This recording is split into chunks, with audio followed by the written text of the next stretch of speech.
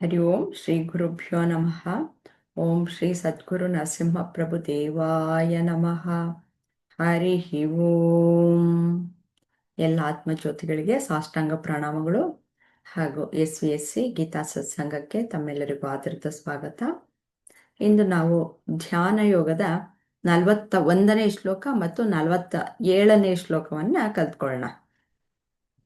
41ನೇ ಶ್ಲೋಕ ಏನು ಹೇಳುತ್ತೆ?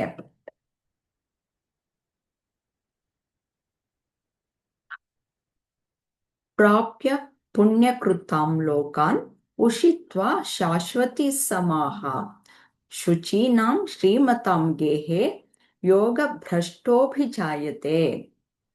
ಅದರ ಅರ್ಥ, ಯೋಗ ಭ್ರಷ್ಟನು ಪುಣ್ಯಶಾಲಿಗಳ ಲೋಕಗಳನ್ನು ಹೊಂದಿ ಅಲ್ಲಿ ಅನೇಕ ವರ್ಷಗಳವರೆಗೂ ವಾಸವಾಗಿದ್ದು ಅನಂತರ ಸದಾಚಾರಶೀಲರು ಶ್ರೀಮಂತರೂ ಆಗಿರುವವರ ಮನೆಯಲ್ಲಿ ಹುಟ್ಟುವನು.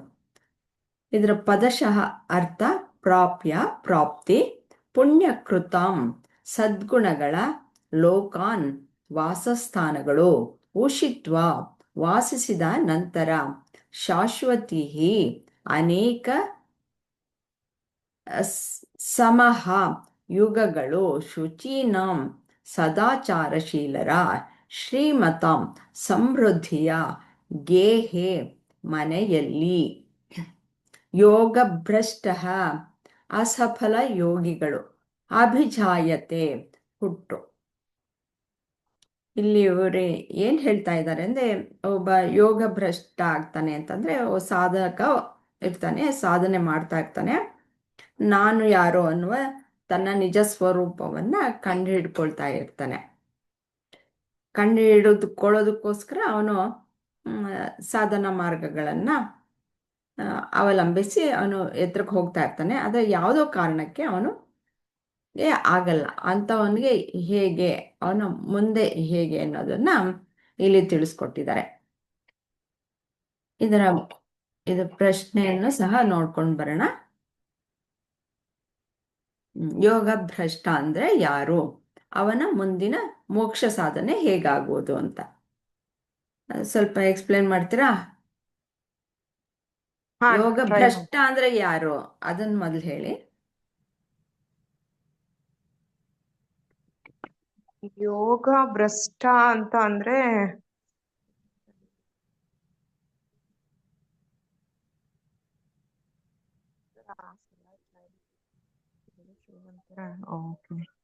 ಮೇ ಬಿ ಮ್ಯಾಮ್ ಇವಾಗಿನ ಈಗ ಎಕ್ಸಾಂಪಲ್ ಹೇಳೋದಾದ್ರೆ, ಈಗ ಈ ಜನ್ಮದಲ್ಲಿ ನಾವು ಏನೋ ಒಂದ್ ಕಾರ್ಯದಲ್ಲಿ ತೊಡಗಿದೀವಿ, ಅದನ್ನ ನಿಭಾಯಿಸ್ಕೊಂಡು ಹೋಗ್ತಾ ಇದೀವಿ.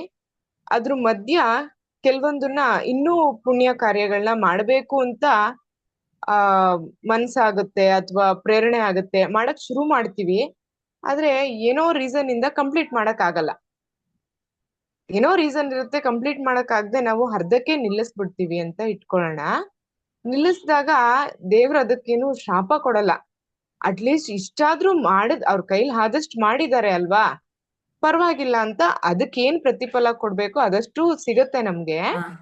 ಆದ್ರೆ ಯಾವ ರೀಸನ್ ಇಂದ ನಾವ್ ಅದನ್ನ ನಿಲ್ಸಿರ್ತೀವೋ ಅದನ್ನ ನಮ್ಗೆ ಇನ್ನೊಂದು ಜನ್ಮದಲ್ಲಿ ಖಂಡಿತ ಅವರು ಮಾಡ್ಲಿಕ್ಕೆ ಅವಕಾಶ ಮತ್ತೆ ಪ್ರೇರಣೆ ಎರಡನ್ನೂ ಕೊಡ್ತಾರೆ.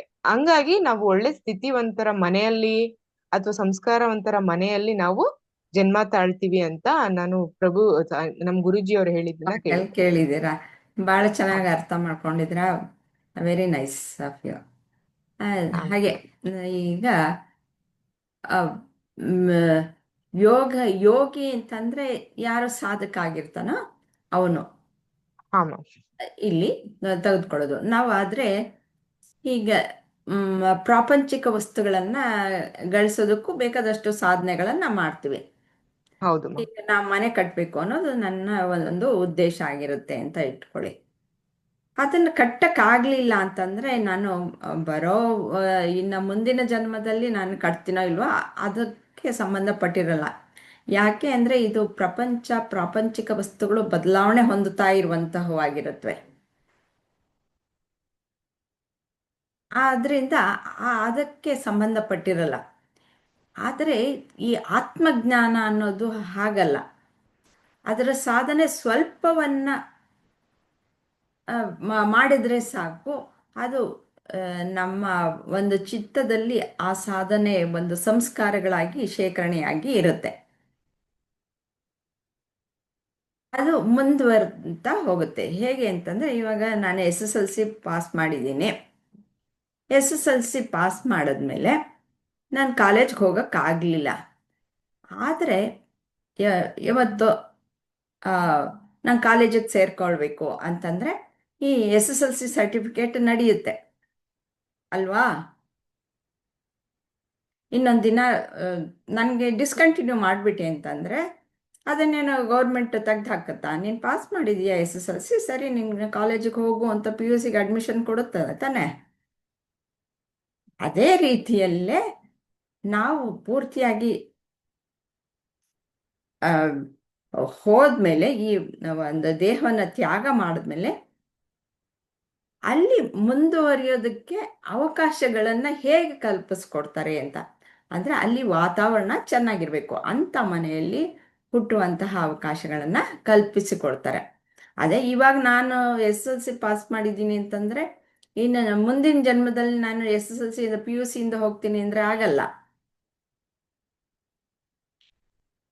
ನಾನು ABCDಯಿಂದಲೇ ಕಲಿಬೇಕು, ಇಂದಲೇ ಕಲಿಬೇಕು. ಹೌದು ಮ್ಯಾಮ್, ಆದ್ರೆ ಹೆಚ್ಚು ಅವಕಾಶ ಇರುತ್ತೆ ಅಷ್ಟೇ. ಆದ್ರೆ ನಾವು ಈಗ ಮುಂದಿನ ಜನ್ಮದಲ್ಲಿ ಓದಿದ್ವಿ ಅಂತ ನೀವು ಹೇಳ್ದಂಗೆ ನಾನು ಕಾಲೇಜ್ಗೆ ಕೂತ್ಕೊಳ್ಳೋಕ್ ಆಗಲ್ಲ ಖಂಡಿತ. ಹಾ, ಆದರೆ ಹಾ. ಸಾಧನೆಯಲ್ಲಿ ಹಾಗೆ ಅಲ್ಲ. ಆ ಸಂಸ್ಕಾರಗಳು ಹಾಗೆ ಉಳಿದಿರುತ್ತವೆ ಅಂತ ಹೇಳ್ತಾರೆ. ಇವಾಗ ಒಳ್ಳೆಯ ಸಂಸ್ಕಾರಗಳನ್ನು ಬೆಳೆಸ್ಕೊಂಡಿರ್ತೀವಿ. ಈಗ ಏನು ಪೂರ್ತಿ ಆತ್ಮಜ್ಞಾನ, ಆತ್ಮನಲ್ಲಿ ಸ್ಥಿತವಾಗೋದಕ್ಕೆ ಸಾಧ್ಯ ಆಗಲ್ಲ. ಅದಕ್ಕೋಸ್ಕರನೇ ಜನ್ಮನೂ ತೆಗೆದುಕೊಳ್ಳೋದು ಇಲ್ಲ. ನಾನು ಪರಿಪೂರ್ಣವಾಗಿ ನಾನು ಪರಬ್ರಹ್ಮ ಸ್ವರೂಪಿ ಅಂತ ನಾನು ಸ್ಥಿತನಾಗ್ಬಿಟ್ಟಿದ್ರೆ ನನಗೆ ಜನ್ಮಗಳೇ ಇರಲ್ಲ ಅವಾಗ ತಾನೇ. ಆ ಒಂದು ಅಜ್ಞಾನವನ್ನು ಹೋಗಲಾಡಿಸ್ಕೊಳ್ದೇ ಇದ್ದರೆ ಮತ್ತೆ ಪುನರಪಿ ಜನನಂ ಪುನರಪಿ ಮರಣಂ. ಈಗ ಆ ಒಂದು ಅಜ್ಞಾನ ಹೋಗ್ಬಿಟ್ರೆ ಇನ್ನೊಂದು ಮರು ಜನ್ಮ ಅನ್ನೋದೇ ಇರಲ್ಲ. ಯಾಕೆಂದರೆ ನಮಗೆ ಈ ವಾಸನೆಗಳ ಸೆಳೆತದಿಂದಲೇ ಈ ದೇಹವನ್ನು ತೆಗೆದುಕೊಂಡು ಬಂದಿರ್ತೀವಿ ಅಂತ ಎಲ್ಲ ಶ್ರುತಿಗಳು ಹೇಳೋದು, ಗುರುಗಳು ಎಲ್ಲ ಹೇಳೋದು. ಅದಕ್ಕೆ ನೀವು ಏನೋ ಒಂದು ಸ್ವಲ್ಪ ಮಾಡಿದ್ದೀವಿ. ಶ್ರೀಕೃಷ್ಣನ ಕೇಳ್ತಾನೆ ಅರ್ಜುನ, ಏನೋ ಪೂರ್ತಿ ನೀ ಹೇಳ್ತಾ ಇದೆಯಪ್ಪ ಇಷ್ಟೆಲ್ಲ, ನನಗೆ ಪೂರ್ತಿಯಾಗಿ ನಂಗೆ ತಿಳ್ಕೊಳಕ್ಕೆ ಆಗದೆ ಇದ್ದರೆ ಏನು ಮಾಡೋದು ಅಂತ. ಅದಕ್ಕೆ ನೀನೇನು ಯೋಚನೆ ಮಾಡಬೇಕಾಗಿಲ್ಲ. ನಿನಗೆ ಎಷ್ಟು ಮಾಡಿರ್ತೀಯೋ ಅಷ್ಟು ನಿನಗೆ ಇರುತ್ತೆ. ಅದಕ್ಕೆ ಯಾವ ಥರ ಒಳ್ಳೆಯ ಲೋಕಗಳು ಸಿಗುತ್ತೆ ಅಂದರೆ, ನಾವು ಪುಣ್ಯ ಮಾಡಿದ್ರೆ ಪುಣ್ಯಶಾಲಿಗಳ ಲೋಕ ಸಿಗುತ್ತೆ. ಅದಾದಮೇಲೆ ಆ ಪುಣ್ಯ ಎಲ್ಲ ಖರ್ಚಾದ್ಮೇಲೆ ಪುಣ್ಯ ಪಾಪಗಳು ಹೇಗೆ ಅಂದರೆ, ನಾವು ಈ ಧರ್ಮವನ್ನು ಮಾಡಿದ್ರ ಮೇರೆಗೆ. ಆದರೆ ಸಂಸ್ಕಾರಗಳಾಗಿ ಉಳಿಯೋದು ಈ ಸಾಧನೆಯಲ್ಲಿ.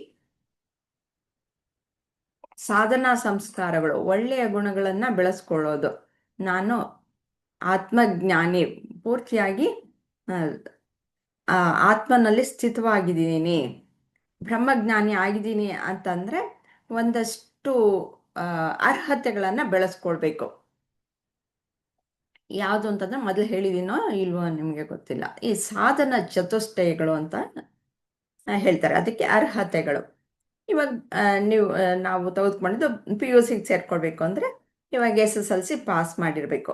ಹಾಗೆ ಆತ್ಮಜ್ಞಾನ ಅನ್ನೋದನ್ನು ಪೂರ್ತಿಯಾಗಿ ನಾನು ತಿಳ್ಕೊಳ್ಬೇಕಾದ್ರೆ ಅದರ ಏನು ಆತ್ಮ ಅಂತಂದರೆ ಏನು, ನನಗೂ ಈ ಆತ್ಮಕ್ಕೂ ಏನು ಸಂಬಂಧ ಅಂದರೆ, ಇವಾಗ ದೇವರಿಗೂ ಮತ್ತು ಪ್ರಪಂಚಕ್ಕೂ ನನಗೂ ಏನು ಸಂಬಂಧ ಅಂತ ತಿಳ್ಕೊಳ್ಬೇಕಾದ್ರೆ ಒಂದಷ್ಟು ಅರ್ಹತೆಗಳನ್ನು ಗಳಿಸ್ಕೊಂಡಿರಬೇಕು. ಅದು ಯಾವುವು ಅಂತಂದರೆ ವಿವೇಕ, ವೈರಾಗ್ಯ, ಷಟ್ ಸಂಪತ್ತಿ ಅಂತ, ಆಮೇಲೆ ಮುಮುಕ್ಷತ್ವ ಅಂತ. ಈ ಷಟ್ ಸಂಪತ್ತಿಯಲ್ಲಿ ಸಹ 6 ಗುಣಗಳನ್ನು ಹೇಳ್ತಾರೆ: ಶಮ, ದಮ, ತಿತಿಕ್ಷ, ಉಪರತಿ, ಶ್ರದ್ಧಾ ಮತ್ತು ಸಮಾಧಾನ ಅಂತ. ಇವಿಷ್ಟನ್ನು ನಾವು ಗಳಿಸ್ಕೊಂಡಿದ್ರೆ ಆವಾಗ ಆತ್ಮಜ್ಞಾನ ಅನ್ನೋದು ಪೂರ್ತಿಯಾಗಿ ಸಂಪೂರ್ಣವಾಗಿ ನಾವು ತಿಳ್ಕೊಳ್ಳೋದಕ್ಕೆ ಅರ್ಹತೆಯನ್ನು ಹೊಂದುತ್ತೀವಿ, ತಿಳ್ಕೊಳ್ಬೋದು. ಒಂದು ಶ್ರವಣ ಮಾತ್ರೇನ ಮುಕ್ತಿ. ಅವಾಗ ಕೇಳಿದ ತಕ್ಷಣ ಮುಕ್ತಿ ಸಿಕ್ಬಿಡುತ್ತೆ. ಆ ಕೆಲವು ಮಕ್ಕಳನ್ನು ನೀವು ನೋಡಿರ್ತೀರ, ಹುಟ್ಟಿದ ತಕ್ಷಣನೇ ಅವು ಎಷ್ಟು ಸಂಸ್ಕಾರವಂತರಾಗಿರ್ತಾರೆ. ಅವಕ್ಕೇನು ಒಂಚೂರು ಹೇಳ್ಕೊಟ್ರೆ ಸಾಕು. ಮತ್ತು ಅವು ನಡತೆನೂ ಸಹ ಎಷ್ಟೊಂದು ಆ, ಪರಿಷ್ಕರಿಸಿ ಇರುತ್ತೆ.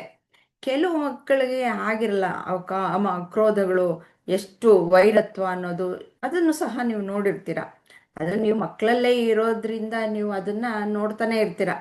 ಒಂದೊಂದು ಮಗುನು ಒಂದೊಂದು ಥರ ಬಿಹೇವ್ ಮಾಡುತ್ತೆ. ಅದೆಲ್ಲ ಈ ಈ ರೀತಿಯ ಸಂಸ್ಕಾರಗಳಿಂದಲೇ ಹಾಗೆ ಬಂದಿರುತ್ತೆ. ಈ ಆತ್ಮಜ್ಞಾನದ ಇದರಲ್ಲಿ ಆ ರೀತಿಯಲ್ಲಿ ಮುಂದೇನು ಸಹ ಮತ್ತೆ ಆತ್ಮಜ್ಞಾನ ಪಡಿಬೇಕು ಅಂತಂದ್ರೆ ಇಲ್ಲೇ ಹುಟ್ಟಬೇಕು, ಭೂಲೋಕದಲ್ಲೇ ಹುಟ್ಟಿ ಮನುಷ್ಯನಾಗೆ ಹುಟ್ಟಿದ ಮೇಲೆನೆ ಆತ್ಮಜ್ಞಾನ ಅನ್ನೋದು ಬರುವಂಥದ್ದು. ನಾನು ಯಾರು ಅಂತ ತಿಳ್ಕೊಳ್ಬೇಕು ಅಂತಂದ್ರೆ ಮನುಷ್ಯ ಜನ್ಮನೇ ಬೇಕು. ಇಲ್ಲಿ ಭರತನ ಒಂದು ಕಥೆಯನ್ನ ಹೇಳ್ತಾರೆ. ಇದರಲ್ಲಿ ಏನಪ್ಪ ಅಂತಂದ್ರೆ, ಭರತ ಚಕ್ರವರ್ತಿ ಕೇಳಿದಿರ ಅಲ್ವಾ? ತುಂಬ ದೊಡ್ಡ ಚಕ್ರವರ್ತಿ ಆಗಿರ್ತಾನೆ.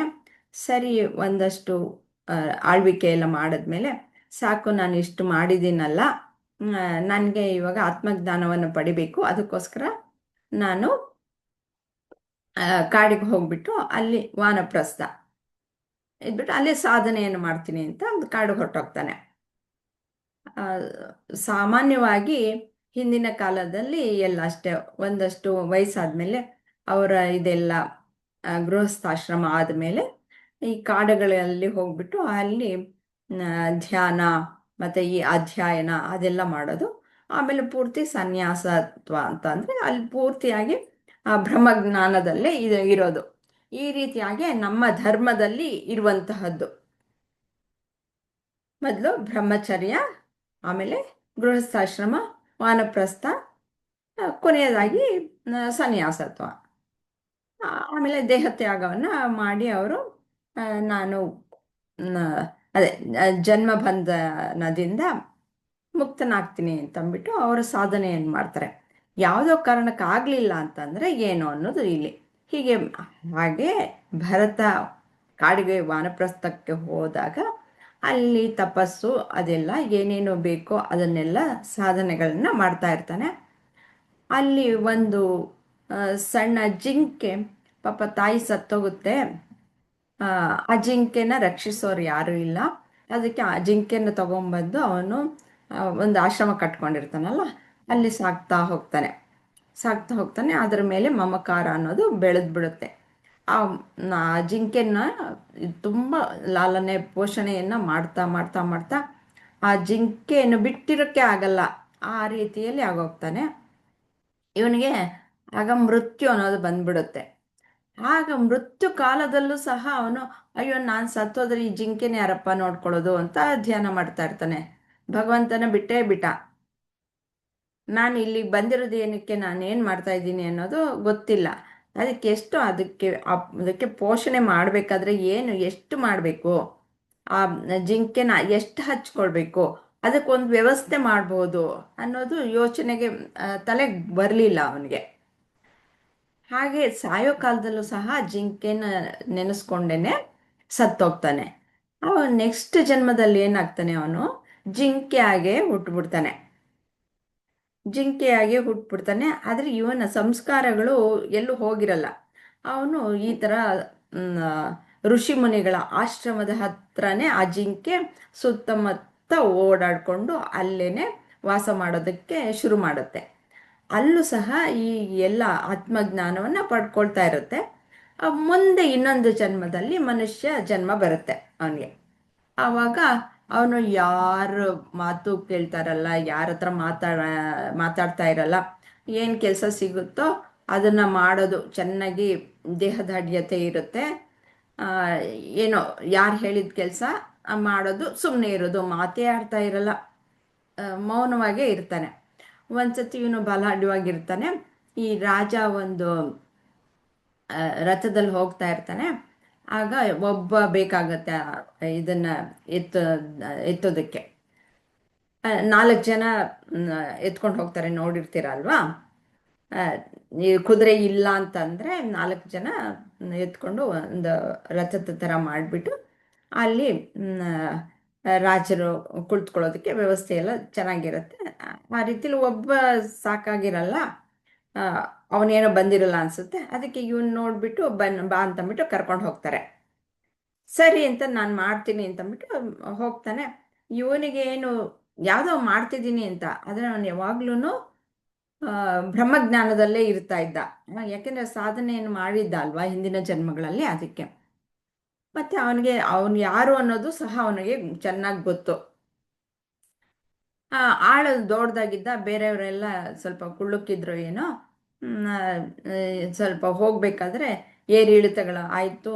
ಸರಿ, ಇವನ್ ಯಾವುದು ಲಕ್ಷ್ಯ ಮಾಡದೆ ಆಳು ಜೋರಾಗಿದ್ದ. ಸರಿ, ದಡ ದಡ ದಡ ದಡ ಅಂತ ಇವನು ಹೋಗೋದು. ಅವ್ರ ಮಿಕ್ಕ 3 ಜನಕ್ಕೆ ಇವನ ಸ್ಪೀಡ್ಗೆ ಹೋಗೋಕ್ಕೆ ಆಗಲಿಲ್ಲ. ಸರಿ, ಒಂದು ಕೊನೆಗೆ ಏನು ಮಾಡ್ತಾನೆ, ರಾಜನ್ನ ಬೀಳಿಸ್ಬಿಡ್ತಾನೆ. ರಾಜನಿಗೆ ಕೋಪ ಬಂದ್ಬಿಡುತ್ತೆ. ಬಂದ್ಬಿಟ್ಟು ಚೆನ್ನಾಗಿ ಬೈತಾನೆ, ನಿನಗೆ ಜ್ಞಾನ ಇಲ್ವಾ ಹಾಗೆ ಹೀಗೆ ಅಂತ. ಅವ್ನಿಗೆ ಏನೇನು ಎಷ್ಟು ಕೋಪ ಬಂದಿರುತ್ತೋ ಅದನ್ನೆಲ್ಲ ತೀರಿಸ್ಕೊಳ್ಳೋ ಹಾಗೆ, ರಾಜ ಬೇರೆ ಅಲ್ವಾ, ಚೆನ್ನಾಗಿ ಬೈತಾನೆ. ಆವಾಗ ಮೊದಲನೇ ಸರ್ತಿ ಅವನು ಬಾಯ್ ಬಿಡ್ತಾನೆ. ನೀನು ಏನು ಅಂದ್ಕೊಂಡಿದ್ಯಾ? ನೀನು ನಿನ್ನಂಥ ರಾಜ ನನಗೆ ಗೊತ್ತಿಲ್ಲ ಅಂತ ಅಂದ್ಕೊಂಡ್ಬಿಟ್ಟಿದ್ಯಾ? ನಾನು ನೋಡು, ಹಿಂದಿನ ಜನ್ಮದಲ್ಲಿ ನಾನು ಭರತ ಚಕ್ರವರ್ತಿ ಆಗಿದ್ದೆ. ನಾನು ಹೀಗೆ ಆ, ಕಾರಣಾಂತರ ನಾನು ಈಗ ಜಡಭರತ ಆಗಿದ್ದೀನಿ. ಆಗ್ಲೂ ಅವನು ಭರತ, ಜಡಭರತ ಅಂತಂದ್ರೆ ಯಾವುದನ್ನು ಅವನು ಲಕ್ಷ್ಯ ಮಾಡ್ತಾ ಇರಲ್ಲ, ಅದಕ್ಕೋಸ್ಕರ ಜಡಭರತ ಅಂತ ಹೆಸರಿಟ್ಬಿಟ್ಟಿರ್ತಾರೆ. ಅದಕ್ಕೆ ಅವನು ಆ ರಾಜ ತಕ್ಷಣ ಬದಲಾವಣೆ ಮಾಡಿಕೊಂಡು, ತಪ್ಪಾಯ್ತು ಚಕ್ರವರ್ತಿಗಳೇ, ನೀವು ಆ, ನಾನು ಗೊತ್ತಿಲ್ಲದೆ ನಾನು ಈ ಥರ ತಪ್ಪು ಮಾಡಿ ನಿಮ್ಮನ್ನ ಅನ್ನಬಾರ್ದ ಎಲ್ಲ ಅಂದೆ ಅಂತಬಿಟ್ಟು ಕ್ಷಮಾಪಣೆಯನ್ನ ಕೇಳ್ತಾನೆ. ಆ ರಾಜನು ಎಷ್ಟೊಂದು ಸಂಸ್ಕಾರವಂತ ಅನ್ನೋದು ನಾವು ತಿಳ್ಕೊಳ್ಬೇಕು. ಯಾಕೆಂದ್ರೆ ಆ ರಾಜ ಇವನು ಹೇಳಿದ್ದನ್ನು ನಿಜ ಅಂತ ನಂಬಿದಾನೆ, ಮತ್ತೆ ಕೊಡ್ಬೇಕಾದಂತಹ ಗೌರವವನ್ನು ಸಹ ಕೊಟ್ಟ. ಇವಾಗ ಯಾರಾದ್ರೂ ಕೊಡ್ತಾರ ಹಾಗೆ? ನಾವು ಅದನ್ನ ಅರ್ಥವೇ ಮಾಡ್ಕೊಳಲ್ಲ. ಇವನ್ ಏನು ತಲೆ ಕೆಟ್ಟಿದೆ, ಇವನ್ ಮೆಂಟಲ್ ಹಾಸ್ಪಿಟ್ಲ್ ಕಳ್ಸೋ ಅಂತ ಹೇಳ್ತೀವಿ. ಹೌದು ಮ್ಯಾಮ್, ಯಾಕಂದ್ರೆ ಜನ ತುಂಬಾ ಜನ ಅಲ್ವಾ ಮ್ಯಾಮ್ ಈ ತರ ಪ್ರಾಮಾಣಿಕವಾಗಿ ನಿಜ ಹೇಳ್ತಿದಾರೆ ಅಂತ ನಂಬಕ್ಕಾಗೋದು. ಅದನ್ನೇ ದುರುಪಯೋಗ ಪಡಿಸ್ಕೊಂಡು ಬೇರೆದೆಲ್ಲ ಹೇಳ್ತಾರಲ್ವಾ, ಹಂಗಾಗಿ ಹೇಳ್ತಾರೆ. ನಿಜ ಹೇಳೋದು ನಂಬಕ್ ಆಗ್ದಂಗ ಆಗ್ಬಿಟ್ಟಿದೆ. ಆದ್ರೆ ಅವಾಗ ರಾಜ ಯಾಕೆ ನಂಬುದ್ರು ಅಂದ್ರೆ ಅವಾಗಿನ ಕಾಲನೇ ಆಗಿತ್ತು ಮ್ಯಾಮ್. ಸಾಮಾನ್ಯವಾಗಿ ಎಲ್ಲಾ ಈ ತರ ತುಂಬಾ ಏನ್ ಹೇಳ್ತಾರೆ, ಜಾಸ್ತಿ ಈ ಮೋಸ ಕಪಟ ಇದೆಲ್ಲ ಅನ್ನೋದು ಕಪಟ ಅನ್ನೋದು ಅಷ್ಟೊಂದು ಇರ್ಲಿಲ್ಲ. ಅದಿರ್ಲಿಲ್ಲ. ಇಲ್ಲ, ಅದನ್ನ ಹೇಳ್ಬಿಟ್ರು ಕೂಡ ಅವರು ತುಂಬಾನೇ ಅದರಿಂದ ಯೋಚನೆ ಮಾಡೋರು. ಅಯ್ಯೋ ಈ ತರ ಹೇಳ್ಬಿಟ್ನಲ್ಲ, ನಾನು ತಪ್ಪು ಮಾಡ್ಬಿಟ್ಟೆ ಅನ್ನೋದು ಈಗಿನವ್ರಿಗೆ ಯಾರಿಗೂ ಇಲ್ಲ. ಆಗಿನ್ ಮರ್ತ್ಬಿಟ್ಟು ಹೋಗ್ತಿರ್ತಾರಷ್ಟೇ. ನಾನೇನ್ ತಪ್ಪು ಮಾಡ್ದೆ, ಅದು ಅವ್ನ್ ಸರಿಯಾಗೆ ಮಾಡಿದ್ವಿ ಅಂತ ಹೇಳ್ಬಿಟ್ಟು ಹಂಗಾಗುತ್ತೆ. ಹಂಗ್ ನಂಬಲ್ಲ. ಬಟ್ ಅವಾಗೆಲ್ಲ ನೋಡಿ, ಅವ್ರಿಗೆ ಅರಿವಾಯ್ತು. ಅವ್ರು ಹೇಳ್ಬೋದಿತ್ತು, ಏನ್ ಸುಮ್ನೆ ನಾನ್ ಬೈತಿದೀನಿ ಅಂತ ಹೇಳ್ತೀಯ ನೀನು, ಯಾವ ಜನ್ಮ ಏನು ಅಂತ ಇನ್ನೂ ದಂಡಿಸ್ಬೋದಾಗಿತ್ತು. ಆದ್ರೆ ಅವರು ಕೂಡ ಒಳ್ಳೆ ಯೋಗಿಗಳಾಗಿದ್ರು. ಅಂದ್ರೆ ಅವ್ರಿಗೆ ಗೊತ್ತಿತ್ತು ಅನ್ಸುತ್ತೆ ಎಲ್ಲ. ಹಂಗಾಗಿ ಓ ಆಗಿದೆ. ಹೌದಾ, ಅರ್ಥ ಆಗಿದೆ ಜೀವನದ ಚಕ್ರ ಹೇಗಿರುತ್ತೆ, ಕರ್ಮಗಳ ಇದು, ನಮ್ಮ ಜನ್ಮದ ಇದು ಹೇಗೆ ಆಗ್ತಿರುತ್ತೆ ಅನ್ನೋದು ಎಲ್ಲ ಅವ್ರಿಗೆ ಅರಿವಿತ್ತು ಅನ್ಸುತ್ತೆ. ಅದಕ್ಕೋಸ್ಕರ ಅವರು ಅಕ್ಸೆಪ್ಟ್ ಮಾಡ್ಕೊಂಡಿದ್ದಾರೆ. ಹಾಗಾಗಿ ಹೇಳಿದ್ಮೇಲೆ ಸರಿ ಹೊರಟೋಗ್ತಾನೆ. ಆಮೇಲೆ ಈ ಜಡಭರತ ಚೆನ್ನಾಗಿ ಸಾಧನೆಯನ್ನ ಮಾಡಿಬಿಟ್ಟು ಅವನು ಬಂಧಮುಕ್ತನಾಗಿ ಆತ್ಮಜ್ಞಾನಿಯಾಗಿ ಅವನು ತನ್ನ ಕೊನೆಗೆ ದೇಹತ್ಯಾಗವನ್ನ ಮಾಡಿ ಮುಕ್ತನಾಗ್ತಾನೆ. ಈ ರೀತಿ ಯಾವುದೇ ಒಂದು ಈ ಆತ್ಮಜ್ಞಾನದಲ್ಲಿ ಸ್ವಲ್ಪ ಸ್ವಲ್ಪ ಸಾಧನೆ ಮಾಡಿದ್ರು ಅದು ಹಾಳಾಗಲ್ಲಪ್ಪ ಅಂತ ಭರವಸೆಯನ್ನ ಕೊಟ್ಟಿದ್ದಾರೆ. ಅದಕ್ಕೆ ನಾವೂ ಸಹ ಭರವಸೆಯನ್ನ ಇಟ್ಕೊಳ್ಳೋಣ, ಖಂಡಿತವಾಗ್ಲೂ ನಂಬೋಣ. ಖಂಡಿತ ಮ್ಯಾಮ್. ಇದರಲ್ಲಿ ಏನು ಸಂಶಯ ಇಲ್ಲ ಅಲ್ವಾ? ಇಲ್ಲ ಮ್ಯಾಮ್. ಮುಂದಿನ ಶ್ಲೋಕದಲ್ಲಿ ಏನು ಹೇಳ್ತಾರೆ ನೋಡೋಣ. ಹಾ ಮ್ಯಾಮ್.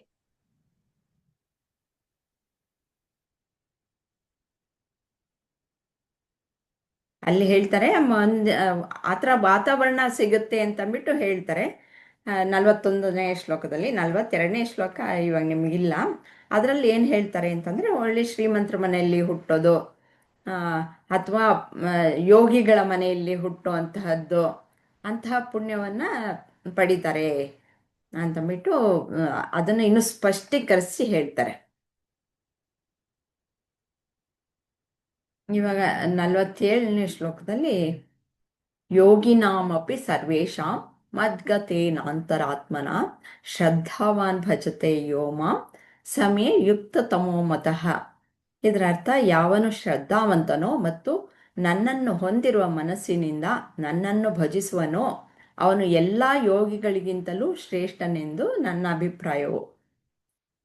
ಪದಶಃ ಅರ್ಥ, ಯೋಗಿನಾಂ ಎಲ್ಲ ಯೋಗಿಗಳಿಗಿಂತಲೂ, ಅಪಿ ಆದಾಗ್ಯೂ, ಸರ್ವೇಷಾಂ ಎಲ್ಲ ಪ್ರಕಾರಗಳ, ಮದ್ಗತೇನ ನನ್ನಲ್ಲಿ ಅಂದರೆ ದೇವರಲ್ಲಿ ಮಗ್ನರಾಗಿರುತ್ತಾರೋ ಅಂತಹ ಆಂತರಿಕ ಆತ್ಮನ ಮನಸ್ಸಿನಿಂದ ಶ್ರದ್ಧಾವಾನ್ ಶ್ರದ್ಧೆಯಿಂದ ಭಜತೆ ಭಕ್ತಿಯಲ್ಲಿ ತೊಡಗುತ್ತಾರೋ ಯಾರು ಮಾಂ ನನಗೆ ಸಹ ಅವನು ಮೇ ನನ್ನಿಂದ ಯುಕ್ತತಮಃ ಉನ್ನತ ಯೋಗಿ ಮತಃ ಅಭಿಪ್ರಾಯವು.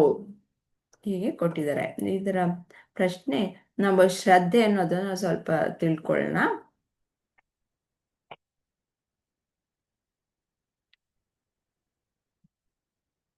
ಶ್ರದ್ಧಾವಂತ ಯಾರು, ಅವನು ಹೇಗೆ ಎಲ್ಲ ಯೋಗಿಗಳಿಗಿಂತಲೂ ಉತ್ತಮನಾಗುತ್ತಾನೆ? ಸ್ವಲ್ಪ ಹೇಳ್ತೀರಾ? ಮೊದಲು ಶ್ರದ್ಧೆ ಅಂದರೆ ಏನು? ಶ್ರದ್ಧಾವಂತ ಅಂತಂದರೆ ಯಾರು? ನಿಮ್ಮ ಶಿಷ್ಯರಲ್ಲಿ ನೀವು ಶಿಷ್ಯರಾಗಿದ್ದಾಗ, ಹೌದು ಈಗಲೂ ಹೌದು, ನಾವು ಪ್ರತಿಯೊಂದು ಕೆಲಸ ಮಾಡೋದ್ರಲ್ಲೂ ಅಷ್ಟೇ ಖಂಡಿತ ಮ್ಯಾಮ್. ಅದು ಈಗ ಎಲ್ಲ ನೀವು ಆ, ಇದ್ದೇ ಈಗ ಇರ್ಬೇಕಾಗತ್ತಲ್ವಾ?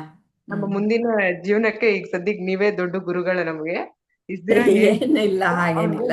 ನಡೆಸು ಬಿಟ್ಟಿದ್ದಾರೆ, ಇನ್ಮೇಲೆ ಮುಂದೆ ನಡೆಸ್ತಾ ಇರೋದು ನೀವೇ. ಹಂಗಾಗಿ ಈಗ ಎಕ್ಸಾಂಪಲ್ ಹೇಳೋದಾದ್ರೆ, ಈಗ ನೀವೇ ಒಂದ್ ಶ್ಲೋಕ ಕೊಟ್ಟಿರ್ತೀರ ಮ್ಯಾಮ್. ಮುಂದಿನ ವಾರದಲ್ಲಿ ಈ ಪ್ರಶ್ನೆಗಳನ್ನ ಒಂಚೂರು ಮನದಟ್ಟು ಮಾಡ್ಕೊಂಡ್ ಬನ್ನಿ, ನಿಮ್ಗೆ ಏನ್ ಅನ್ಸುತ್ತೋ ಅಂತ ಹೇಳಿರ್ತೀರ. ಆದ್ರೆ ಅಯ್ಯೋ ಅವ್ರು ಹೇಳಿದ್ರೆ ಹೇಳ್ಕೊಳ್ಳಿ, ಮುಂದಿನ ವಾರ ತಾನೇ ನೋಡ್ಕೊಳ್ಳೋಣ ಅಂತ ಬಿಟ್ಟು ಬಿಟ್ಟು, ಈ ಮುಂದಿನ ವಾರ ಬಂದೇ ಬಿಡುತ್ತೆ, ಇವತ್ ಶುರು ಆಯ್ತು ಕ್ಲಾಸು, ನೀವ್ ಹೇಳ್ತೀರಾ ರತ್ನ ಲಾಸ್ಟ್ ವೀಕ್ ಒಂದ್ ಕ್ವಶನ್ ಕೊಟ್ಟಿದ್ದೆ ರೆಡಿನಾ ಅಂತ. ನಾನ್ ಅನ್ಕೊಂಡಿರ್ತೀನಿ ಎಲ್ಲಾರು ಹೇಳಿ, ಅವ್ರು ಹೇಳಿದ್ಮೇಲೆ ಯಾರಿಂದ ಎಲ್ಲ ಪಿಕ್ ಮಾಡ್ಕೊಂಡು ನಾನೊಂಚೂರು ಹೇಳೋಣ ಅಂತ. ಆದ್ರೆ ಆ ತರದ್ ಏನು ಅಲ್ಲಿ ನಡೆಯಲ್ಲ. ಫಸ್ಟೇ ನನಗ್ ಕೇಳ್ಬಿಡ್ತೀರಾ, ಆದ್ರೆ ನಾನೇನು ರೆಡಿ ಆಗಿರಲ್ಲ. ಯಾಕಂದ್ರೆ ನನಗೆ ಆ ಭಯ, ಭಕ್ತಿ, ಆ ಶ್ರದ್ಧೆ ಅನ್ನೋದೇ ಇರಲ್ಲ. ಅಯ್ಯೋ ಹೇಳಿದ್ರು ತಾನೇ, ಹೇಳಿದ್ರೆ ಹೇಳ್ಕೊತಾರ, ಅವ್ರಿಗೆ ಅದೇ ಕೆಲ್ಸ, ನನಗೇನಾಗುತ್ತೋ ಅದು ಮಾಡೋಣ ಅಂತ ಅದ್ರ ಗಮನನೇ ಇಲ್ಲದೆ ಬಿಟ್ಬಿಟ್ಟಿರ್ತೀನಿ. ಬಟ್ ಒಂದು ಗುರುಗಳ ಮೇಲೆ ನಾನು ಖಂಡಿತ ಭಕ್ತಿ ಇಟ್ಟಿದ್ದೆ ಆದ್ರೆ, ಗುರು ಹೇಳ್ಕೊಟ್ಟಿದ್ದೆಲ್ಲ ನಮ್ಗೆ ಒಳ್ಳೇದಾಗತ್ತೆ, ಅದನ್ನ ಅಳವಡಿಸ್ಕೋಬೇಕು ಅಂತ ನಾನು ತಿಳ್ಕೊಂಡಿದ್ದಿದ್ದೆ ಹಾಗಿದ್ರೆ, ಅದನ್ನ ಶ್ರದ್ಧೆಯಿಂದ ಪೂರ್ತಿ ಕಲಿದೇ ಇದ್ರು ನಂಗೆ, ಅಥವಾ ಅರ್ಥನೇ ಆಗ್ಲಿಲ್ಲ ಮೇಡಮ್, ನಂಗೆ ಯಾರು ಹೆಲ್ಪ್ ಮಾಡ್ಲಿಲ್ಲ, ನೀವು ಕೊಟ್ಟಿದ್ ಪ್ರಶ್ನೆಗೆ ನಂಗೆ ಉತ್ತರ ಸಿಗ್ಲಿಲ್ಲ ಅಂದಿದ್ರು, ನಾನು ಪ್ರಯತ್ನ ಪಟ್ಟಿದ್ರೆ ಒಂದು ಚೂರಾದ್ರೂ ನನ್ನ ಹತ್ರ ಈಗ 5 ಲೈನ್ ಬರೆಯಕ್ಕಾಗಿಲ್ಲ ಅಂದ್ರೂ 1 ಲೈನ್ ಆದ್ರೂ ನಾನ್ ನಿಮ್ಗೆ ಒಪ್ಪಿಸ್ಬೋದಾಗಿತ್ತು. ನಾನ್ ಶ್ರದ್ಧೆಯಿಂದ ಅದಕ್ಕೆ ಎಫರ್ಟ್ ಹಾಕಿದ್ರೆ. ನಾನು ಏನೂ ಮಾಡೇ ಇಲ್ಲ ಅಂದಾಗ ಅದು 1 ಲೈನ್ ಆನ್ಸರ್ ಕೂಡ ಸಿಗ್ತಾ ಇರ್ಲಿಲ್ಲ ಮ್ಯಾಮ್. ಆದ್ರೆ ನಾನ್ ಶ್ರದ್ಧೆಯಿಂದ ಕಲ್ತಿದ್ರೆ ಜಾಸ್ತಿ ಇಲ್ಲ ಅಂದ್ರೆ ಸ್ವಲ್ಪನಾದ್ರೂ ಬರ್ತಿತ್ತು. ಇಲ್ಲ ನೀವ್ ಆಲ್ರೆಡಿ ಉತ್ತರ ಕೊಟ್ಟಿದ್ರೆ ಅದನ್ನ ಮನದಟ್ಟು ಮಾಡಿ ನಾ ಹೇಳ್ಬೇಕು ಅಂದಿದ್ರೆ, ಖಂಡಿತ ನಾನ್ ಶ್ರದ್ಧೆಯಿಂದ ಕೂತಿದ್ರೆ ನೀವ್ ಹೇಳೋಷ್ಟು ಆಗಿಲ್ಲ ಅಂದಿದ್ರು ನಿಮ್ದ್ರಲ್ಲಿ 50% ನಾನು ಹೇಳ್ಬೋದಾಗಿತ್ತು. ಅದೇ ಶ್ರದ್ಧೆ ಮ್ಯಾಮ್. ಅಂದ್ರೆ ನೀವ್ ಏನೇ ಕೆಲಸ ಕೊಟ್ರು ಅದನ್ನ ಕಲಿಬೇಕು. ಅಂದ್ರೆ ನಮ್ಮ ಮನಸ್ಸು, ನಮ್ಮ ದೇಹ, ನಮ್ಮ ಬುದ್ಧಿ ಎಲ್ಲಾನು ನಮ್ಮ ಹಿಡಿತದಲ್ಲಿ ಇಟ್ಕೊಂಡು ಅದನ್ನ ಕಲ್ತ್ಕೋಬೇಕು ಮ್ಯಾಮ್. ಅದೇ ಶ್ರದ್ಧೆ. ಈಗ ಒಂದ್ ಅಡ್ಗೆ ಮಾಡಕ್ ಬಿಟ್ಟಿದೀರಾ ಅಂದ್ರೆ, ನಾನ್ ಕೇಳ್ಕೊಂಡ್ ಮಾಡ್ತೀನೋ ಇನ್ನೊಬ್ರ ಹತ್ರ ಕಲ್ತ್ಕೊಂಡ್ ಮಾಡ್ತೀನೋ, ಆದ್ರೆ ಆ ಮಾಡ್ಬೇಕು, ನಾನ್ ಕಲಿಬೇಕು ಅಂತ ಯಾವಾಗ ನಾವ್ ಶ್ರದ್ಧೆ ತೋರಿಸ್ತೀವಿ, ಅದಕ್ಕೆ ಖಂಡಿತ ನಮ್ಗೆ ಫಲ ಸಿಕ್ಕೇ ಸಿಗತ್ತೆ ಮ್ಯಾಮ್. ನಂಗೆ ಇಷ್ಟ ನೀವು ಅರ್ಥ ಆಗಿದೆ ಮ್ಯಾಮ್. ಎಲ್ಲ, ಯಾಕೆಂದ್ರೆ ನೀವು ಸ್ಟೂಡೆಂಟ್ಸ್ ಹತ್ರಲೇ ನೀವು ಯಾವಾಗ್ಲೂ ಇರ್ತೀರಾ, ಅದಕ್ಕೆ ಹಾ, ನಿಮ್ಗೆ ಚೆನ್ನಾಗಿ ಗೊತ್ತಾಗತ್ತೆ. ಶ್ರದ್ಧೆ ಇರೋರು ಹೇಗಿರ್ತಾರೆ, ಶ್ರದ್ಧೆ ಇಲ್ಲದೆ ಇರೋರು ಹೇಗಿರ್ತಾರೆ ಅನ್ನೋದು ಹೌದು ಬಹಳ ನಿಮಗೆ ಚೆನ್ನಾಗಿ ಮಂದಟ್ಟಾಗಿರುತ್ತೆ. ಹೌದು ಮ್ಯಾಮ್. ಶ್ರದ್ಧೆಯಲ್ಲಿ ಮುಖ್ಯವಾಗಿ ಹೇಳೋದು ಅಂತಂದ್ರೆ, ಆ, ನಂಬಿಕೆ ಮೊದಲು, ಮತ್ತೆ ವಿಶ್ವಾಸ. ನಂಬಿಕೆ ಅನ್ನೋದು ಬ್ಲೈಂಡಾಗಿ ತಿಳ್ಕೊಳ್ಳುವಂಥದ್ದು. ನೀವು ಏನು ಹೇಳ್ತೀರೋ ಅದನ್ನು ನಾನು ನಂಬಿಡೋದು, ಹೌದು ಅದನ್ನು ಮ್ಯಾಮ್. ಪರಿಶೀಲನೆ ಏನು ಮಾಡಲ್ಲ, ಆ ಥರ ನಂಬಿಡೋದು ನಂಬಿಕೆ ಹೌದು ಅನ್ನೋದು. ವಿಶ್ವಾಸ ಅಂತಂದರೆ, ಇವಾಗ ತಾಯಿ ಮಗುಗೆ ವಿಶ್ವಾಸ ಅನ್ನೋದು ಇರುತ್ತೆ. ಆ ಹೌದು ಮಗುಗೆ ನಂಬಿಕೆ ಜೊತೆಗೆ ಅದಕ್ಕಿಂತ ಹೆಚ್ಚಿನದು ಇರುತ್ತೆ, ಅದು ವಿಶ್ವಾಸ.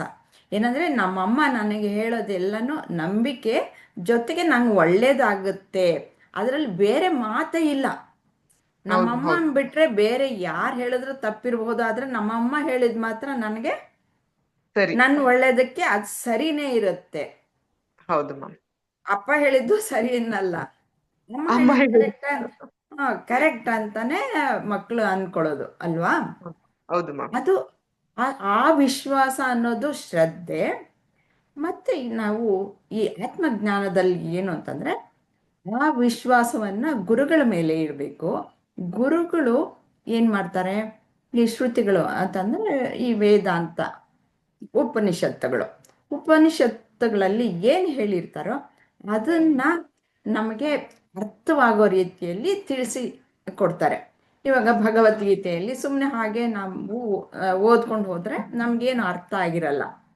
ಆದರೆ ಗುರುಮುಖೇನ ಕಲ್ತ್ಕೊಂಡಾಗ ಅವರು ಅದನ್ನು ಬಿಡಿಸಿ ಬಿಡಿಸಿ ಬಿಡಿಸಿ ನಮಗೆ ಯಾವ ರೀತಿಯಲ್ಲಿ ಅರ್ಥ ಮಾಡಿಸೋದು ಅಂತಂದ್ಬಿಟ್ಟು ಬಿಡಿಸಿ ಹೇಳ್ತಾರೆ.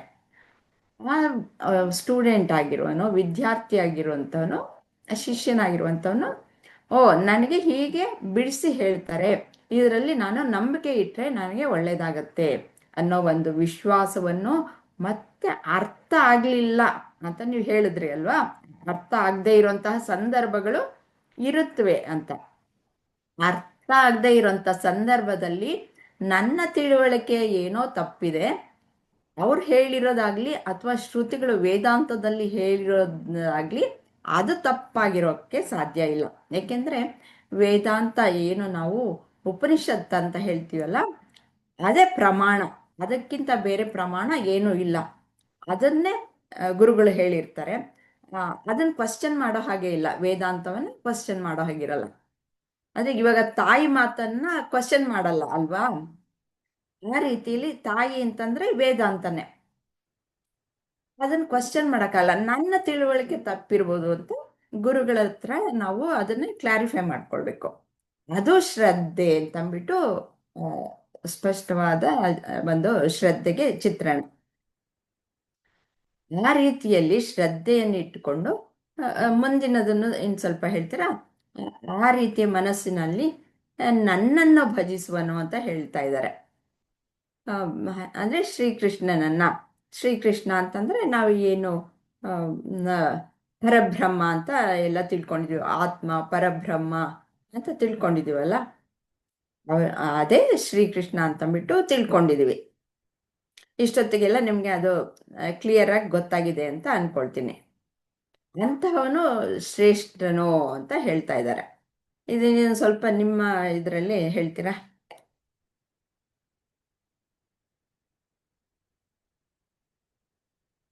ಕ್ವಶನ್ ಹಾಕ್ತೀರಾ ಮ್ಯಾಮ್ ಅಥವಾ ಇದೇ ಸಾಕ?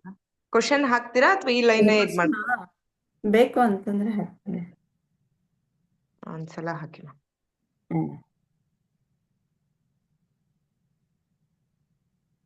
ಅವನು ಹೇಗೆ ಎಲ್ಲ ಯೋಗಿಗಳಿಗಿಂತಲೂ ಉತ್ತಮನಾಗುತ್ತಾನೆ, ಶ್ರದ್ಧಾವಂತನಾದವನು. ಅದೇ ನೀವೇ ಆಗ್ಲೇ ಹೇಳ್ದಾಗೆ ಗುರುಗಳ ಮುಖೇನ ನಾವು ಕಲ್ತಾಗ, ಅದ್ರಲ್ಲೂ ಶ್ರದ್ಧೆ ಭಕ್ತಿಯಿಂದ ಕಲ್ತಾಗ ನಮ್ಗೆ ನಿಜವಾಗ್ಲೂ ನಮ್ಮ ಅರಿವಿನ ಶಕ್ತಿ ಜಾಸ್ತಿ ಆಗ್ತಾ ಹೋಗುತ್ತೆ ಮ್ಯಾಮ್. ತಿಳುವಳಿಕೆನೂ ಜಾಸ್ತಿ ಆಗ್ತಾ ಹೋಗುತ್ತೆ. ಆ ತಿಳುವಳಿಕೆ ಜಾಸ್ತಿ ಆಗ್ತಾ ಹೋದಂಗೆ ನಾವು ನಮ್ಮನ್ನ ನಾವು ಶ್ರೀಕೃಷ್ಣ ಪರಮಾತ್ಮನಲ್ಲಿ ಕಾಣ್ತಾ ಹೋಗ್ತೀವಿ. ಅಂದ್ರೆ ನಾವ್ ಯಾವ್ದೇ ಕಾರ್ಯ ಮಾಡ್ದಾಗ್ಲೂನು ಒಳ್ಳೆ ದಾರಿಲಿ ನಡೆಯೋದು, ಇಲ್ಲ ಕೆಟ್ಟ ದಾರಿಲಿ ನಡೆದ್ರೆ ನಮ್ಗೆ ಖಂಡಿತ ಇದು ಒಳ್ಳೆ ಫಲ ಸಿಗಲ್ಲ ಅಂತ ಹೇಳಿ, ಹಂಗಾಗಿ ಎಲ್ಲಾ ಕಾರ್ಯದಲ್ಲೂ ದೇವ್ರನ್ನ ನೆನೆಸ್ಕೊಂಡು ಅವ್ರು ತೋರ್ಸಿದ ದಾರಿಯಲ್ಲೇ ನಡೀತಾ ಇರ್ತೀವಿ. ಮತ್ತೆ ಎಲ್ಲಾ ಕೆಲ್ಸದಲ್ಲೂ ನಾವು ದೇವ್ರನ್ನೇ ಕಾಣ್ತಾ ಇರ್ತೀವಿ. ಆ ಭಕ್ತಿಯನ್ನ ನಾವು ಯಾವಾಗ ನಾವು ಅಳವಡಿಸ್ಕೋತೀವೋ ಎಲ್ಲಾ ನೀನೇ ಅಂತ, ಅವಾಗ ತಾನಾಗ್ ತಾನೇ ನಮ್ಗೆ ಆ ಶ್ರದ್ಧೆ ಭಕ್ತಿ ಮತ್ತೆ ನಮ್ಮ ಅರಿವಿನ ಶಕ್ತಿ ಕೂಡ ಜಾಸ್ತಿ ಆಗ್ತಾ ಹೋಗುತ್ತೆ ಮ್ಯಾಮ್. ನಮ್ಮನ್ನ ನಾವ್ ಯಾವಾಗ ದೇವರಲ್ಲಿ ತಲ್ಲೀನನ ಮಾಡ್ಕೊಂಡ್ಬಿಡ್ತೀವೋ, ಪೂರ್ತಿಯಾಗಿ ನಮ್ಮನ್ನ ನಾವು ಶರಣ ಮಾಡ್ಕೋತೀವೋ, ಅವಾಗ ನಮ್ಗೆ ಒಳ್ಳೆ ಶ್ರೇಷ್ಠ ಬದುಕು ಸಿಗುತ್ತೆ ಮ್ಯಾಮ್. ಅಂದ್ರೆ ತುಂಬಾ ಕಲ್ತ್ಕೋತೀವಿ, ಅದ್ರಿಂದ ನಮ್ಮ ತಿಳುವಳಿಕೆನೆ ಕಂಪ್ಲೀಟ್ ಆಗಿ ಬದಲಾಗಿ ಹೋಗುತ್ತೆ. ಅದರಿಂದ ಬೇರೆಯವ್ರಿಗೂ ಕೂಡ ನಮ್ಗೆ ನಮಗ್ ಬದಲಾವಣೆ ಗೊತ್ತಾಗ್ತಿರುತ್ತೆ. ನಮ್ಮನ್ ನೆಕ್ಸ್ಟ್ ನಮ್ಮನ್ ಯಾರಾದ್ರೂ ಅನುಸರಿಸ್ತಿದ್ರು ಕೂಡ ಅವ್ರು ಕರೆಕ್ಟಾಗಿ ಅಬ್ಸರ್ವ್ ಮಾಡಿದ್ರೆ ಅದನ್ನೇ ಇದ್ ಮಾಡ್ಕೋತಾರೆ ಮ್ಯಾಮ್.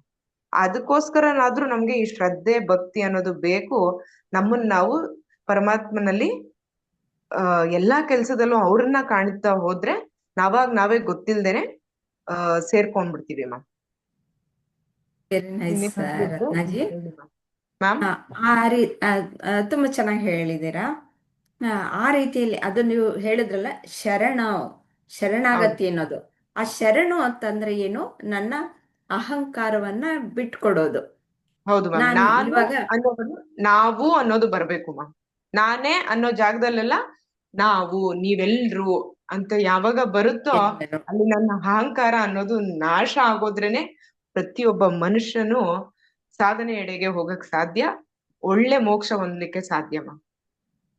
ನಾವು ಅನ್ನೋದು ಹೇಳ್ತಾ ಇದ್ದೀರಲ್ಲ, ಹಾ ನಾನು, ನಾವು ಅದನ್ನು ಮೀರಿ ಹೋದಾಗ ಹಾ ಮ್ಯಾಮ್. ಬರೀ ಭಗವಂತ ಮಾತ್ರನೇ, ಮಾತ್ರನೇ ನಾನು ಉಳಿಯುತ್ತೆ. ಇಲ್ಲ, ನೀವು ಇಲ್ಲ, ಆ ರೀತಿಯಲ್ಲಿ ಮುಂದುವರೆದು ಪೂರ್ತಿಯಾಗಿ ಸಂಪೂರ್ಣವಾಗಿ ಭಗವಂತನೇ ಇರೋದು ಆ, ಅಂತಂದ್ಬಿಟ್ಟು ಅರಿವಿಗೆ ಬರುತ್ತೆ ಈ ಸಾಧನಾ ಮಾರ್ಗದಲ್ಲಿ ಹೋಗ್ತಾ ಇದ್ರೆ. ಹೌದು ಮ್ಯಾಮ್. ಪೂರ್ತಿಯಾಗಿ ತನ್ನನ್ನು ಅರ್ಪಿಸಿಕೊಂಡಾಗ ಅಂತಹವನು ಆ ದೇವರಲ್ಲೇ ನೆಲೆ ನಿಲ್ತಾನೆ ಅಂತಂದ್ಬಿಟ್ಟು, ಅಂಥವನೇ ಎಲ್ಲದಕ್ಕಿಂತನೂ ಶ್ರೇಷ್ಠವಾದಂಥವನು ಅನ್ನೋದು ಶ್ರೀಕೃಷ್ಣ ಹೇಳ್ತಾ ಇರೋದು ಇಲ್ಲಿ. ಆ, ಇದು ಪುರಂದರದಾಸರದ್ದು ಚಿತ್ರ. ಅವರ ಇಷ್ಟ ದೇವತೆ ಪಾಂಡುರಂಗ. ಅವನು ನಿಮ್ಗೆಲ್ಲ ಗೊತ್ತಿರೋ ಹಾಗೆ ನವಕೋಟಿ ನಾರಾಯಣ. ಅಂಥವನು ಎಲ್ಲವನ್ನು ತ್ಯಜಿಸಿಬಿಟ್ಟು ಪೂರ್ತಿಯಾಗಿ ಎಲ್ಲ ಅಷ್ಟೊಂದು ಸಂಪತ್ತನ್ನು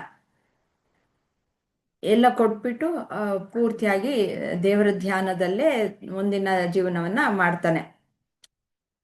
ಎಷ್ಟು ರಚಿಸಿದ್ದಾರೆ ಅವರು ಭಕ್ತಿಗೀತೆಗಳು ಅಂತಂದ್ರೆ ಆ, ತುಂಬ 4,75,000 ಅಂತ ಕೇಳಿದ್ದೀನಿ. ಅವ್ರಿಗೆ ಟಾರ್ಗೆಟ್ ಇದ್ದಿದ್ದು 5 ಲಕ್ಷ ಅಂತೆ. ಇನ್ನು 25,000 ಅವರು ಪೂರ್ತಿ ಮಾಡೋಕ್ಕಾಗಲಿಲ್ಲ. ಅದನ್ನ ಮಗನಿಗೆ ಮಾಡು ಅಂತ ಒಪ್ಪಿಸಿದ್ರಂತೆ. ಹಾಗೆ ಪೂರ್ತಿಯಾಗಿ ಅವರು ತಮ್ಮನ್ನ ದೇವ್ರ ಹತ್ರ ಅರ್ಪಿಸ್ಕೊಂಡ್ಬಿಟ್ರು. ಆ ರೀತಿ ಅರ್ಪಿಸ್ಕೊಂಡು ಅವ್ರಿಗೆ ಹೇಗೆ ಈ ಹೊರ ಪ್ರಪಂಚದಲ್ಲಿ ಇರುವಂತಹ ವಸ್ತುಗಳಿಂದ ನನಗೆ ಸಂತೋಷ ಸಿಗಲ್ಲ, ಇದೇ ಮಹತ್ತರವಾದದ್ದು ಅಂತಂದ್ಬಿಟ್ಟು ಅವರು ಕಂಡಿಡ್ಕೊಂಡ್ರು. ಅದಕ್ಕೆ ಈಗಲೂ ನಾವು ಪುರಂದರದಾಸರನ್ನ ತಿಳ್ಕೊಳ್ತಾ ಇದ್ವಿ. ನವಕೋಟಿ ನಾರಾಯಣನೇ ಆಗಿದ್ದಿದ್ರೆ ನಾವು ತಿಳ್ಕೊಳ್ತಾ ಇದ್ವಾ? ಖಂಡಿತವಾಗ್ಲೂ ಇಲ್ಲ.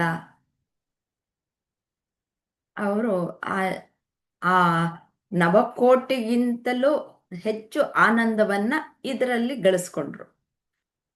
ಭಗವಂತನಲ್ಲಿ ತಮ್ಮನ್ನು ಅರ್ಪಿಸಿಕೊಂಡು ಇದೇ ಉನ್ನತವಾದದ್ದು ಅಂತ ಅವರು ಕಂಡಿಡ್ಕೊಂಡ್ರು. ಇಲ್ಲ ಅಂದ್ರೆ ಇದ್ರಲ್ಲಿ ರುಚಿ ಇಲ್ಲಪ್ಪ, ನಾನು ನವಕೋಟಿ ಇದ್ರೆ ಇನ್ನೊಂದಷ್ಟು ಕೋಟಿಗಳನ್ನ ಜಾಸ್ತಿ ಗಳಿಸೋಣ ಅನ್ನೋದ್ರಲ್ಲಿ ಇರ್ತಾ ಇದ್ರು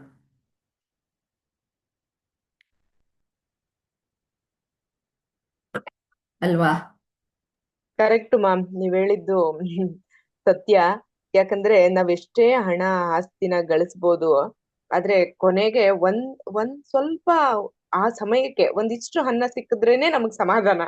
ನಾನು ದುಡ್ಡನ್ನು ತಿನ್ನಕ್ಕಾಗಲ್ಲ, ಹಣ ಆಸ್ತಿನೂ ತಿನ್ನಕ್ಕಾಗಲ್ಲ. ನಮ್ಗೆ ಕುಡಿಲಿಕ್ ನೀರೇ ಬೇಕು, ಸೇವಿಸ್ಲಿಕ್ ಗಾಳಿನೇ ಬೇಕು, ತಿನ್ಲಿಕ್ಕೆ ಊಟನೇ ಬೇಕು. ಇದನ್ ಬಿಟ್ಟು ನಾವ್ ಯಾವ ಸಂಪಾದನೆನೂ ಕೂಡ ಅದು ಯಾವ್ದು ನಮ್ಮನ್ನ ಹೊಟ್ಟೆ ತುಂಬಿಸಲ್ಲ, ನಮ್ಮನ್ನ ಜೀವಂತವಾಗಿ ಬಿಡಲ್ಲ, ನೆಮ್ಮದಿಯಾಗೂ ಇರಕ್ ಬಿಡಲ್ಲ.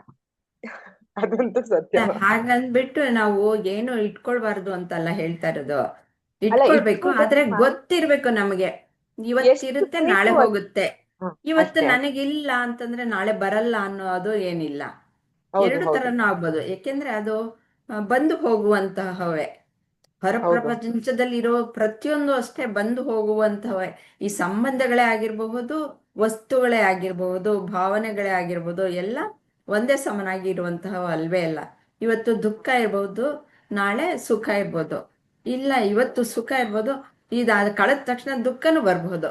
ಅದಕ್ಕೆ ಹೌದು ಅವುಗಳಿಗೆ ಕೊಡ್ಬೇಕಾದಂತಹ ಸ್ಥಾನ ಎಲ್ಲಿ ಅನ್ನೋದನ್ನ ನೋಡ್ಕೊಳ್ಬೇಕು. ನಾನು ಆನಂದ ಸ್ವರೂಪಿ ಅಂತ ಯಾವತ್ತು ತಿಳ್ಕೊಳ್ತೀವೋ ಆಗ ನನ್ನ ಒಳಗಡೆಯಿಂದನೇ ಆನಂದ ಅನ್ನೋದು ಸ್ಫುರಣೆಯಾಗುತ್ತೆ. ಈ ವಸ್ತು ವಿಷಯಗಳಿಂದ ಅಲ್ಲ ಆನಂದ ಅನ್ನೋದು ಸಿಗೋದು. ಅವು ಬರುತ್ತವೆ ಹೋಗುತ್ತವೆ, ಬರುತ್ತವೆ ಹೋಗುತ್ತವೆ. ಅದಕ್ಕೋಸ್ಕರ ಅವುಗಳಿಂದ ಎಷ್ಟು ಡಿಸ್ಟೆನ್ಸ್ ಇಟ್ಟಿರಬೇಕು ಅನ್ನೋದು ನಮಗೆ ನಮ್ಮ ಚೆನ್ನಾಗಿ ರಿಜಿಸ್ಟರ್ ಆಗಿರಬೇಕು. ಆಗ ಸಂತೋಷವಾಗಿ ಜೀವನವನ್ನು ಮಾಡೋದಕ್ಕೆ ಸಾಧ್ಯ ಆಗುತ್ತೆ. ಹೌದು. ಇಂತಹ ತನ್ನನ್ನು ಪೂರ್ತಿಯಾಗಿ ತನ್ನನ್ನು ಸಮರ್ಪಣೆ ಮಾಡಿಕೊಂಡಿರುವಂತಹ ಒಬ್ಬ ಯೋಗಿನೇ ನನಗೆ ಬಹಳ ಪ್ರಿಯಕರವಾದಂತಹವನು ಅಂತಂದ್ಬಿಟ್ಟು ಪರಮಾತ್ಮ ಶ್ರೀಕೃಷ್ಣ ಹೇಳ್ತಾ ಇದ್ದಾರೆ. ಒಂದು ಹನುಮಂತನ ಕತೆ ಒಂದು ಹೇಳ್ಬಿಡ್ತೀನಿ. ಹೇಳಿ ಮ್ಯಾಮ್. ಹನುಮಂತ ಯಾವಾಗ್ಲೂ ಇರ್ಬೇಕಾದ್ರೆ ಎಲ್ಲ ಕೆಲಸಗಳನ್ನು ಮಾಡ್ಬೇಕಾದ್ರೆ ನಾನು ರಾಮ ಸೇವಕ ಅಂತಂದ್ಬಿಟ್ಟು ಹೇಳ್ತಾ ಇದ್ದ. ಆಮೇಲೆ ಧ್ಯಾನಕ್ಕೆ ಕುಳಿತಿರ್ಬೇಕಾದ್ರೆ ರಾಮನ ಧ್ಯಾನ ಮಾಡ್ತಾ ಇದ್ದೀನಿ, ರಾಮನ ಭಕ್ತ ನಾನು ಅಂತಂದ್ಬಿಟ್ಟು ಪೂರ್ತಿ ಸಮಾಜ ಸ್ಥಿತಿಗೆ ಹೋಗ್ಬಿಟ್ಟಾಗ ಸಮಾಜ ಸ್ಥಿತಿಯಲ್ಲಿ ನಾನು ಅನ್ನೋದು ಇಲ್ವೇ ಇಲ್ಲ, ಅಲ್ಲಿ ಬರೀ ರಾಮನೇ, ಆತ್ಮರಾಮನೇ ಇರೋದು ಅಂತ ಕಂಡು ಹಿಡ್ಕೊಂಡ. ಹೀಗೆ ಭಗವಂತನಲ್ಲಿ ಒಂದಾಗುವಿಕೆ ಅನ್ನೋದು ಹಾಗೆ. ನಾನು ಅನ್ನೋದು ಇರೋದೇ ಇಲ್ಲ, ಆಗ ಅಲ್ಲಿ ಇರೋದು ಭಗವಂತನೇ.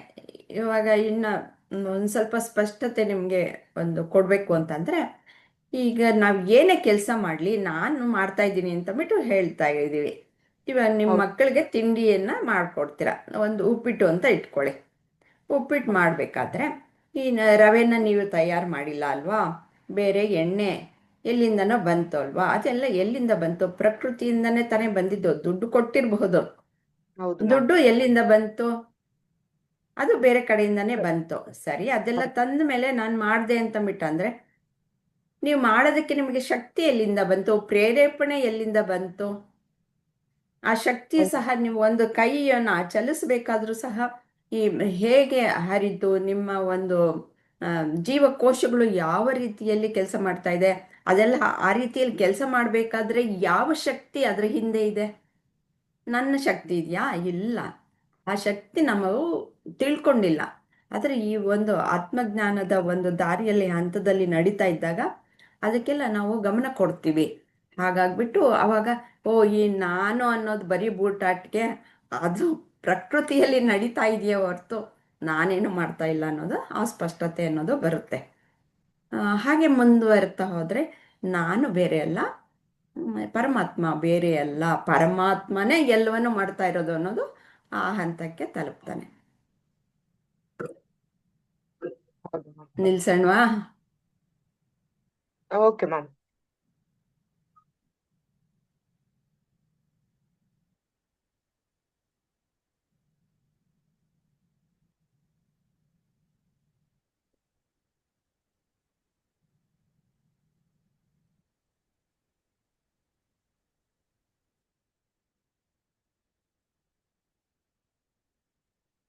ಓಂ असतो मा सद्गमय तमसो मा ज्योतिर्गमय मृत्योर्मा अमृतंगमय. ओम शांति शांति शांति. लोकाः समस्ताः सुखिनो भवन्तु. लोकाः समस्ताः सुखिनो भवन्तु. लोकाः समस्ताः सुखिनो भवन्तु. हरिः ओं तत्सत्. ओम श्रीकृष्णार्पणमस्तु. हरिः ओं.